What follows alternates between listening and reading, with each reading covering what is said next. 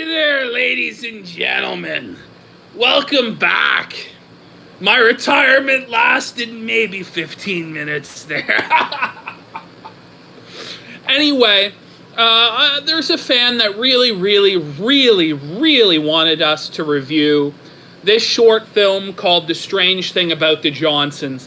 Now, he wanted Surfer to review it as well, and I'm going to try and get Surfer to review it. I've been trying to get him to sit down and review it. He's seen it. Surfer's basic take is that it's degenerate Jewish propaganda filth that should be thrown in the garbage can. So, I mean, you pretty much already knew Surfer's take when you requested this, but I will try and get Surfer's opinion on this movie. For those of you who are unaware about The Strange Thing About the Johnsons, this is a 2011 short film directed by Ari Aster, who is a Jewish director who is known for Hereditary, which I have not seen, and Midsummer, which I have seen a few times now. This film focuses on... Let me just tell you, it opens up with the scene of a father walking in on his son masturbating.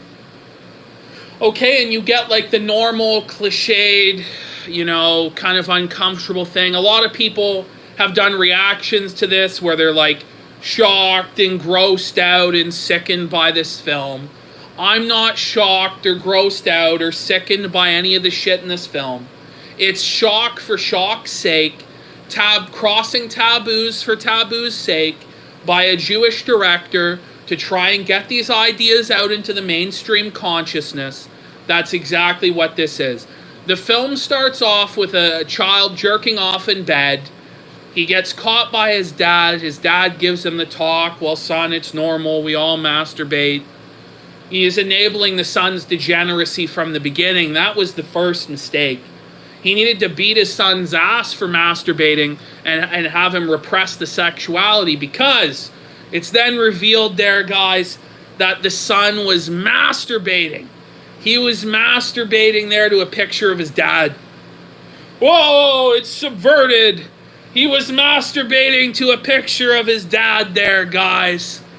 Whoa. So then it's revealed that fucking... Did Jim seriously review this movie?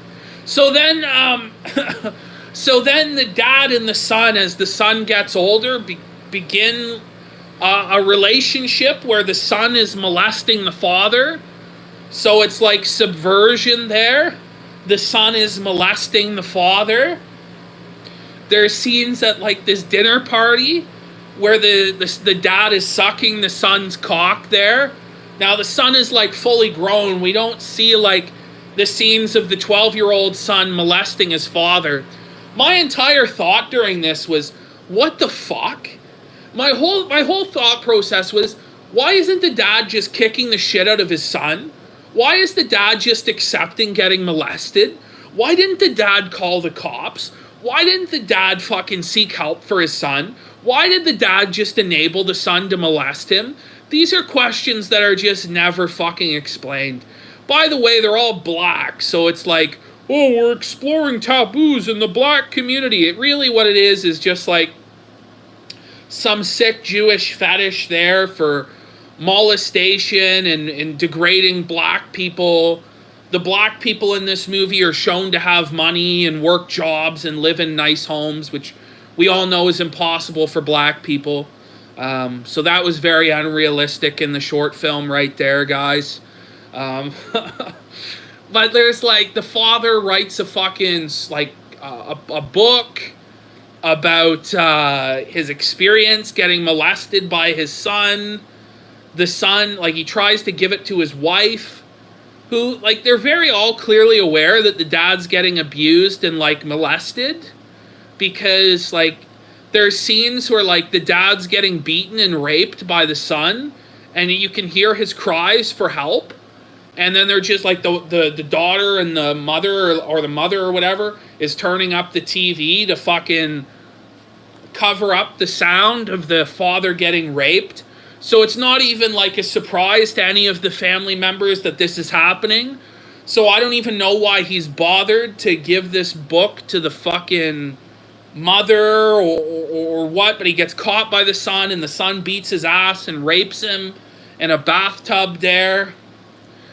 And the son forces him to burn his expose book about how the son molested him. How the father ever allowed this to take place really is beyond me there. I'm not going to fucking lie. I really don't understand. I really don't understand. Could anybody give me an explanation? He really loved his son who raped him there every day. So anyway, eventually, like 6 months later, after he's been raped in the bathtub by his son, and the manuscript was burned and he deleted it off his computer, the dad's not in a wheelchair. He's like healthy and he looks like Forrest Whitaker. I don't really understand. Like, I guess he's a little bit more frail than his son. But, like, the relationship apparently started on prom night when he was getting raped. It doesn't really make a whole lot of sense there. It exists solely to challenge taboos and subvert our expectations. The father finds a copy of his book underneath the floorboard that he hid there. He tries to leave the house with him. Why he doesn't just call the fucking cops on his son, I really don't understand. Because if he's going to expose him to the world anyway, why wouldn't he just call the cops? Yeah, apparently Phantom did some shitty review of it or whatever, where he, oh my god, it's so shocking, it's not that shocking. Seen way worse shit. Everybody's seen worse shit. It's just a bunch of normies back in 2012 that did reaction videos to it there. Oh my god, it's the Jews, it's... Fuck off there. So anyway, the fucking father tries to leave the house with the manuscript, and the son who's molesting him is like, this is true love between us there. Some weird shit. He chases the father out into the street. The father gets hit by a bus and dies, or a fucking post truck or whatever. I basically stood up and clapped right then and there. I stood up and clapped right then and there. I was like, fucking based. The father is fucking dead. He enabled his son's weird fucking homosexual fantasies. Fuck the father. He was a weak man and a big time pussy, in my opinion. He allowed himself to get punked out by his own son in an incestuous, homosexual, pedophilic relationship, but where the son was the dom and he was the sub. Very strange, very gay shit there. So I was glad the father died. Then the son was dressing up in the father's clothes after the funeral, and the mom confronted him, and he's like, my dad loved me more than he ever loved you, and your marriage bed was cold, and it was real love. So the mom, like, takes a fucking letter opener and stabs him in the fucking heart, but he's still going, and he fucking, like, cold cocks his mom. His mom's getting fucking rocked there. He's fucking landing bombs on his fucking mom, beating the shit out of his black mom there. Then he's trying to stick his mom's head into the fireplace. I was just honestly hoping that both of them would fucking go into the fireplace and burn to death. Sadly, that didn't happen, but they both fucking died. The fucking mom, like, took a fucking fire poker. I don't know if the mom... I can't even remember if the mom died. But the mom took the fire poker and fucking rammed it in and killed the fucking son who molested his father. Basically, everybody died, and it was a big nihilistic exercise in this Jewish director jerking himself off to black people's suffering and sexual exploitation. All this fucking gay shit. There was 0 point to this movie other than to try and challenge taboos. And the thing of it is I would just cross it off as, oh, it was a student art film or whatever. Except that this director, Ari Aster, has clearly shown that he has a really subversive agenda. He clearly has a very detailed understanding of symbolism and symbology. And this project is probably why they gave him Hereditary and then Midsummer Midsummer has a lot of depth to it. It does have a lot of symbolism in it. This director is not ignorant of what he's doing. He's making propaganda pieces to shock people. That's fine, but I really think it's fucking gay and retarded. The movie sucks. As a piece of art, it's pretty fucking terrible. I mean, the way it's shot is... fuck. It's pretty shoddy, to say the least. I mean, you say, oh, it's pretty good for a student film, but the reality is that Ari Aster was never really a student film project. This guy was always handpicked by Hollywood elites, and this was a showcase project, you know, to showcase his skills so that he could get a bigger budget and then be able to subvert people in a more sophisticated way with shit like Midsummer and Hereditary. And I haven't seen Hereditary, but I'm very certain that it's just as subversive and just as fucking Jewish, for lack of a better term, as this and Midsummer. Somebody asked, will you review Happiness by Todd Solondz? You're going to have to DM me that on Twitter if you want me to review it. We're giving back. We're giving back to the community there today. I'm so generous. I'm just giving back to the community there because I love you guys. Love you guys there. Phantom's trying to say the bathroom scene was very powerful. It wasn't powerful. It was fucking garbage. It was shit.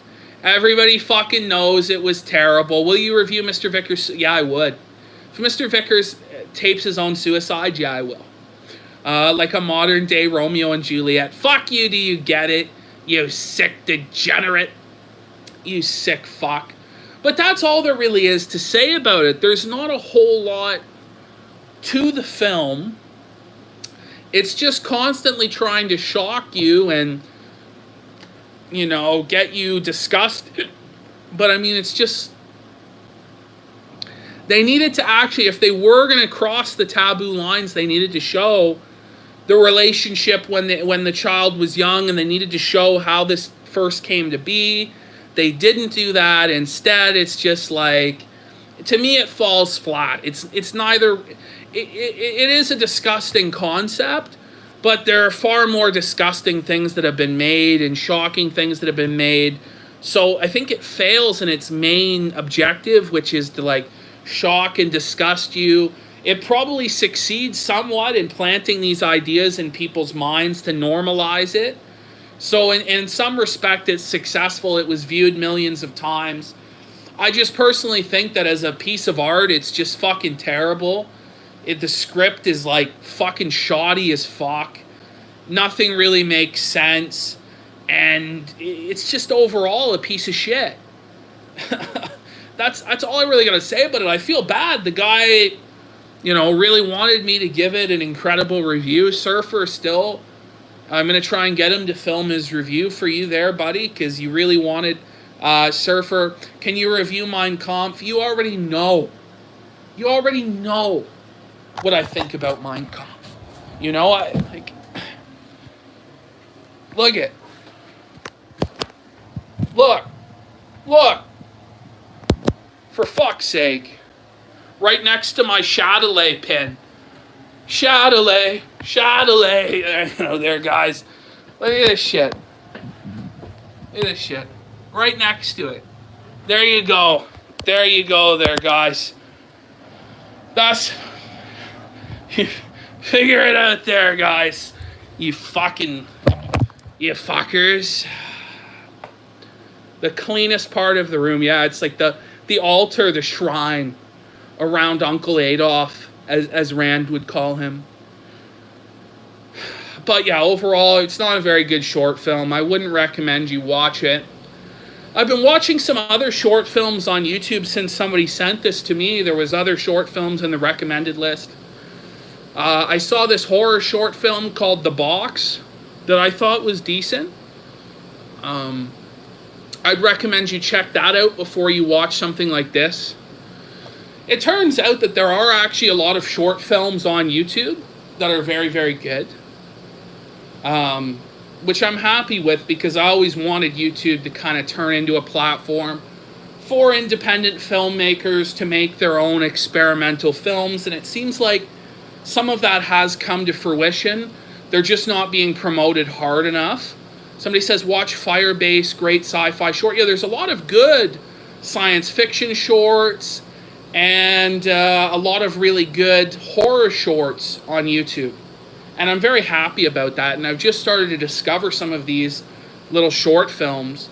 And I'm very happy with them. But so far as this short film goes, apologize that it's not really the strongest or most intellectual dissection of the film. But these are just my honest thoughts. Like, it's just not very good.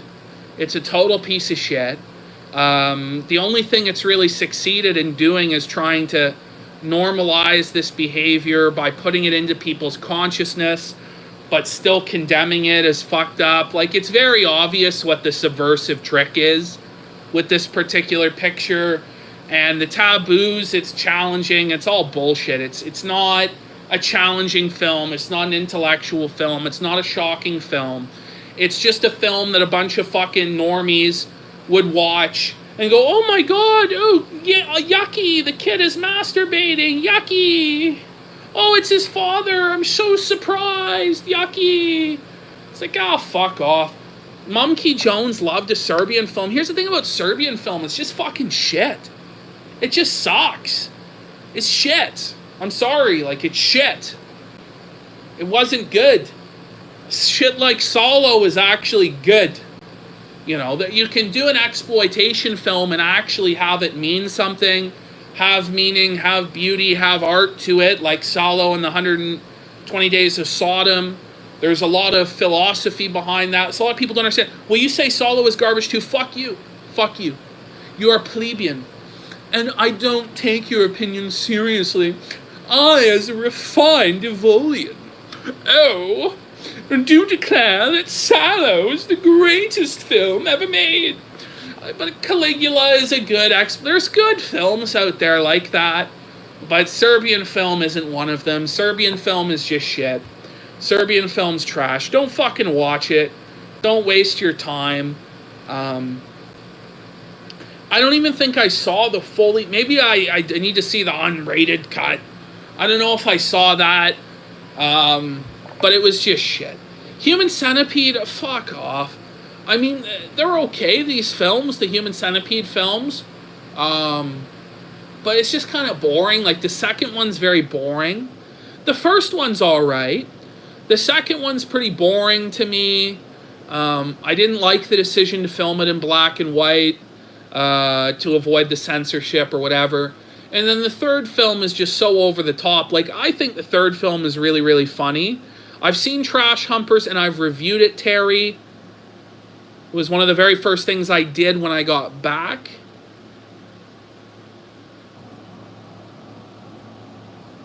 You say the Human Centipede was good when they came out, didn't age well. Some people really like Exorcist too. I'm going to say I've never saw it. I started a subscription to Shudder today, actually. I'm going to watch a few horror films or whatever there.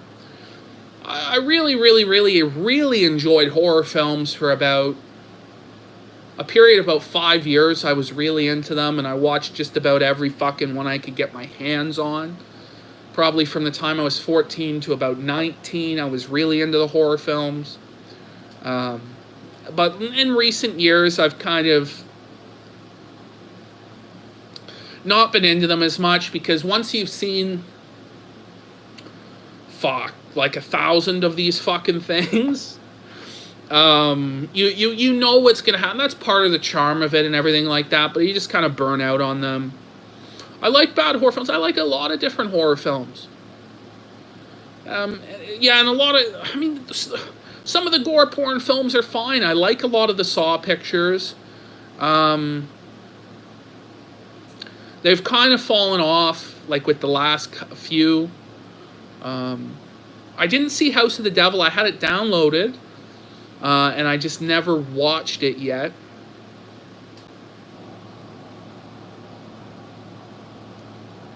Yeah, Hostel was alright as well. The sequels I don't think were as good. But I liked some of those films. It's just today, like, they're just, a lot of them are just rip-offs of Paranormal Activity and fucking just boring shit. I'll be honest, Paranormal Activity 2 is one of the worst movies I've ever fucking seen. It's pretty terrible. I wouldn't recommend anyone watch it. Cannibal Holocaust is a good film. Pterodactyl has pointed out. Most people I probably have seen Cannibal Holocaust at this point, but they actually killed a turtle, I think, for that movie. The effects are really excellent. Bad Ben. Again, like, I'm not going to remember. I mean, I'll fucking write it down. But you see, I'm not going to remember a lot of these titles. So you'd have to DM me it on Twitter. I try and get back to everybody's DMs. Sometimes I get like 20 people in a day send me something. And one person or two people will get left out. So if you don't get me the first time, if you ring back a second or a third time, chances are I will write back. But the films coming out these days are made by people that watched gore online as kids, like 15 years ago. They are desensitized to it. The thing about gore is that it's good in a film, in a horror film, if they do it right, if they do it with practical effects, or if they spend a lot of money on the CGI. Sometimes they can get the CGI gore to look good, but honestly, most of the time it looks like shit. That was one of my biggest problems with the new Rambo movie, was like the CGI blood and shit like this. As long as they do the gore properly, and there's a real art to the makeup and to the practical effects of the gore. Shit like Society, which I'm going to review here for AJ Screw You as soon as I've finished here, which will be in about a minute. But shit like that has really good practical effects. There's real artistry to stuff like that, and a lot of that is dying out because of the CGI effects, which is a shame. It's a real shame, and it's a dying art. One of the saddest things is that the 2011 thing had practical effects all set up for this prequel film, and they had it all shot out, but then they fucking replaced it with CGI, which was a real shame. A real shame.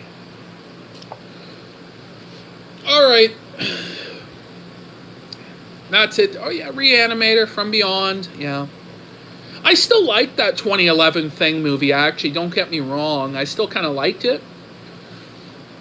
But it certainly would have been better. What did you think of Texas Chainsaw Massacre 2? I honestly can't remember it. I think it was like a sillier... I remember like 2 and 3 being a lot sillier. And I can't even really remember them. Yeah, the comedy one.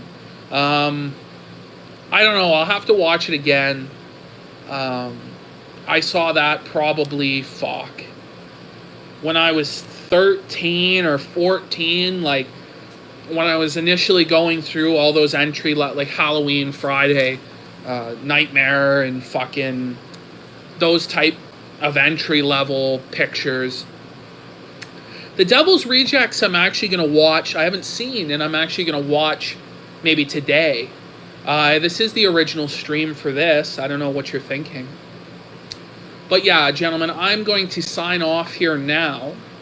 And I'm going to be back in a few minutes.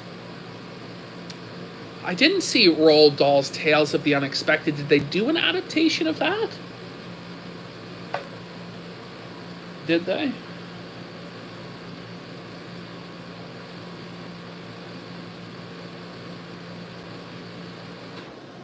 I'll check it out. I didn't realize that they had done an adaptation of that.